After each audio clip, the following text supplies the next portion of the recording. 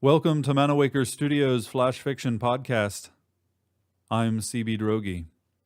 This week, What You Want by Carl Lichen. My eyes almost relax in the split second of darkness before my apartment's lights switch on. I kick off my shoes, drop my bag, and make my way straight to the fridge. A long day's work earns a long neck beer. I open the door and see the last bottle of brew.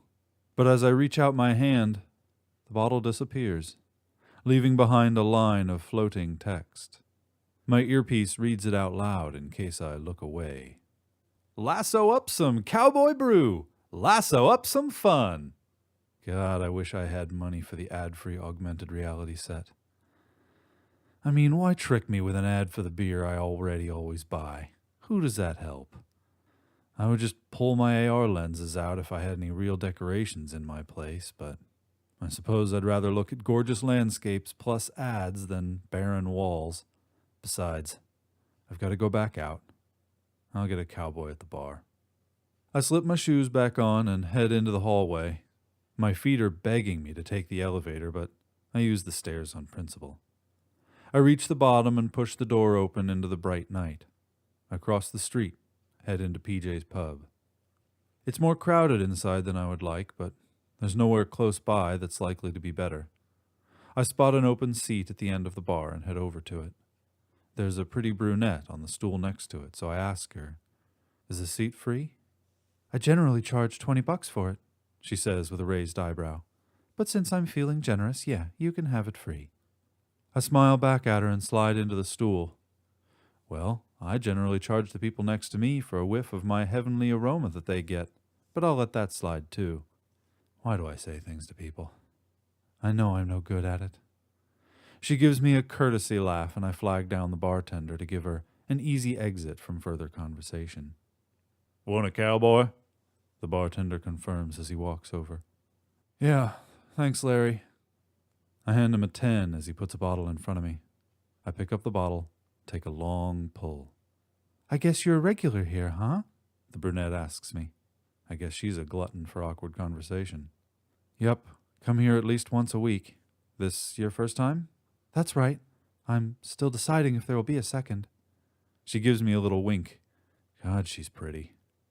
"Well, I'd recommend it. Good drinks, decent prices, chill vibe. Don't let me fool you. Most of the patrons here are actually pretty cool." My self-depreciation draws another small laugh. Maybe she also just has a terrible sense of humor? "So you like quiet places, huh? Not into the club scene?" "Nah, I'm not much for clubs. I'm a pretty low-energy guy. You?" "I wouldn't say I'm a low-energy guy," she says, her lips halfway to a smile. "But I'm not into clubs either, no. I like quiet places too." Well then, I think my recommendation about coming back might be on target. Because that needed saying. I should actually look into those conversation prompting apps when I get home. Maybe if I was reading from a script, I could at least be a generic guy instead of an exceptional loser. "Yeah, I suppose so. You know, I could really use another recommendation." Why doesn't she blow me off? For what? "For what to do with a bonus I got at work today. $1,000. I just have no idea what to do with it. What would you do?"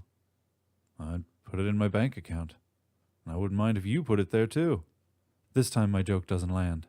She just looks vaguely annoyed, and I feel a sudden urge to try and squeeze inside my beer bottle to hide. "Really?"